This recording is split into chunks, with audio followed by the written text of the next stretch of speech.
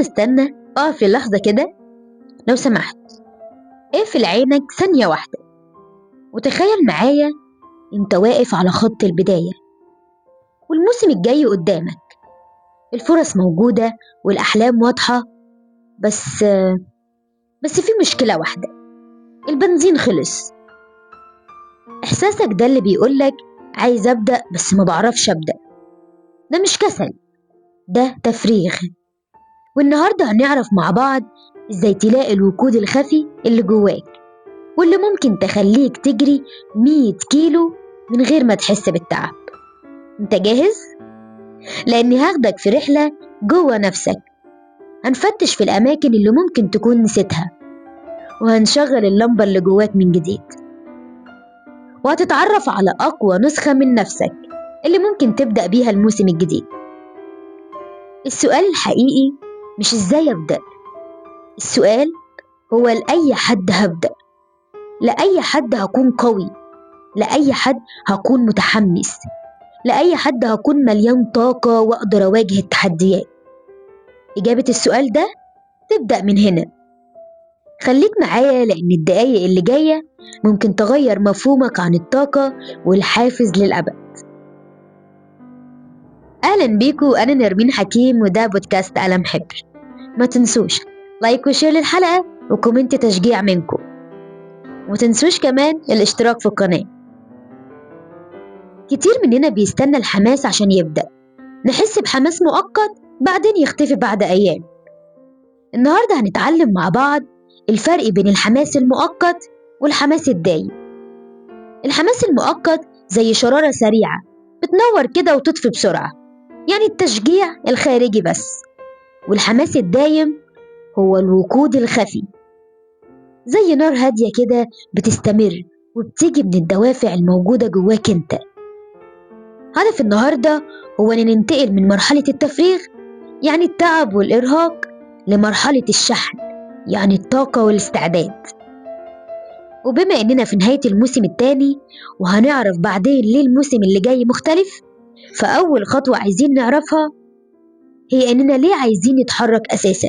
مش المهم بس عايزين إيه، زي مثلا عايز مشروع ناجح، عايز جسم رياضي. الأهم هو ليه عايزين. زي مثلا عشان أكون قدوة لابني، عشان أحس إني قدمت حاجة مفيدة. ليه هو الوقود الحقيقي اللي هيخليك تستمر حتى في أصعب الطرق. إزاي نقدر نلاقي الوقود الخفي اللي جوانا؟ أحيانا بنحس إن اللمبة اللي جوانا مطفية، الحياة والروتين بيطفوها. السؤال هنا إزاي ننورها مرة تانية؟ الطريقة البسيطة: اسأل نفسك ليه أكتر من مرة. ليه عايز أنجح؟ ليه الحاجة دي مهمة بالنسبة لي؟ إيه اللي هيحصل لو عملتها؟ وإيه اللي هيحصل لو ما عملتهاش؟ الإجابة الحقيقية على الأسئلة دي هي شرارة اللي هتنور الضلمة. نيجي للمهم بقى، إيه هو التمرين العملي؟ تمرين النهاردة اسمه شجرة حياتك. التمرين ده بسيط جدا وهيساعدك كتير قوي. 1. خد ورقة وقلم. 2.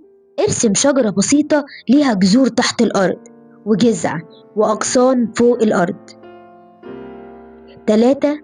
في الجذور دي اكتب الحاجات اللي بتدي لحياتك معنى وقيمة، زي مثلا عيلتك، مساعدة غيرك، الإيمان، الإبداع، تعليم، الأمان.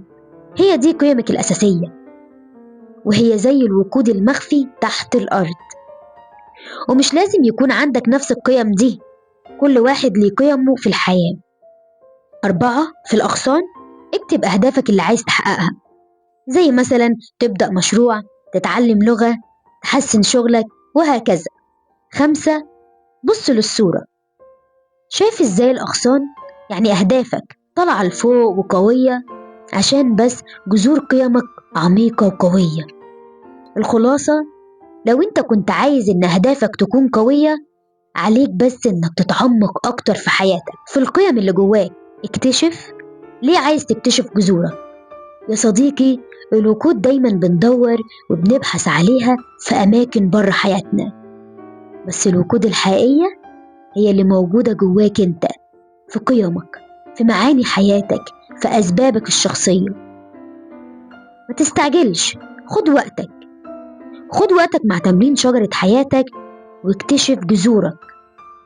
هو ده الوقود الخفي، وهو اللي هيديك طاقة عشان تنطلق في الموسم الجديد من حياتك بقوة وثبات. وافتكر دايما إن كلنا بلا استثناء عندنا وقود تحركنا وتخلينا نبدع ونبتكر ونغير حياتنا، بس للأسف إحنا ما بندورش عليها كويس. إحنا بس محتاجين نكتشفها ونبحث أكتر في حياتنا. يا صديقي، ادي لنفسك فرصة إنك تدور أكتر جواك. افهم نفسك، اعرفها، لأننا لو ما فهمناش نفسنا عمر ما حد هيفهمنا. يا صديقي، الرحلة الحقيقية بتبدأ دلوقتي. أنا مش عايزاك تسمع الحلقة دي وتكمل يومك عادي وكأنه محصلش حاجة. لأ، النهاردة اكتشفنا سر الوقود الخفي، وعرفنا إن النجاح مش بس خطط وأهداف، النجاح طاقة، وإن الطاقة دي موجودة جواك أنت. فخليك صريح مع نفسك، هتستنى شحنة حماس من بره ولا هتبدأ تخرج الطاقة اللي جواك أنت؟ الأمر قرار، وقرارك هيبدأ بخطوة عملية، إنك تعمل تمرين شجرة الحياة اللي اتكلمنا عليها وتشوف جذورك إيه. وما تنساش الموسم الجديد مش هيجيلك وانت قاعد كده، هو هيجيلك لما تاخد القرار إنك تعيش كل يوم وانت عارف لأي حد بتعمل اللي بتعمله. ولو الحلقة دي أثرت فيك وهتحاول تكتشف وقودك الخفي، فأنا عايز أسمع منك كده، وكلمني على رسالة صفحتنا على السوشيال ميديا للبودكاست وعرفني إيه أعمق جذر لقيته في شجرة حياتك. ما تخليش حد يطفي اللمبة اللي جواك، حماية النور ده مسؤوليتك. وافتكر دايما، أكبر استثمار في الدنيا هو استثمارك في طاقتك أنت. ما تفوتش على نفسك فرصة التغيير.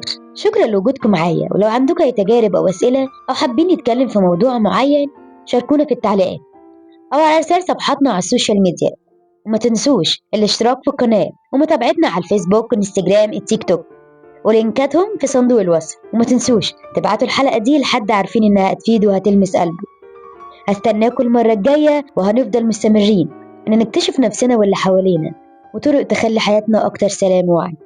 كونوا دايما بخير. كانت معكم نرمين حكيم من بودكاست قلم حبر.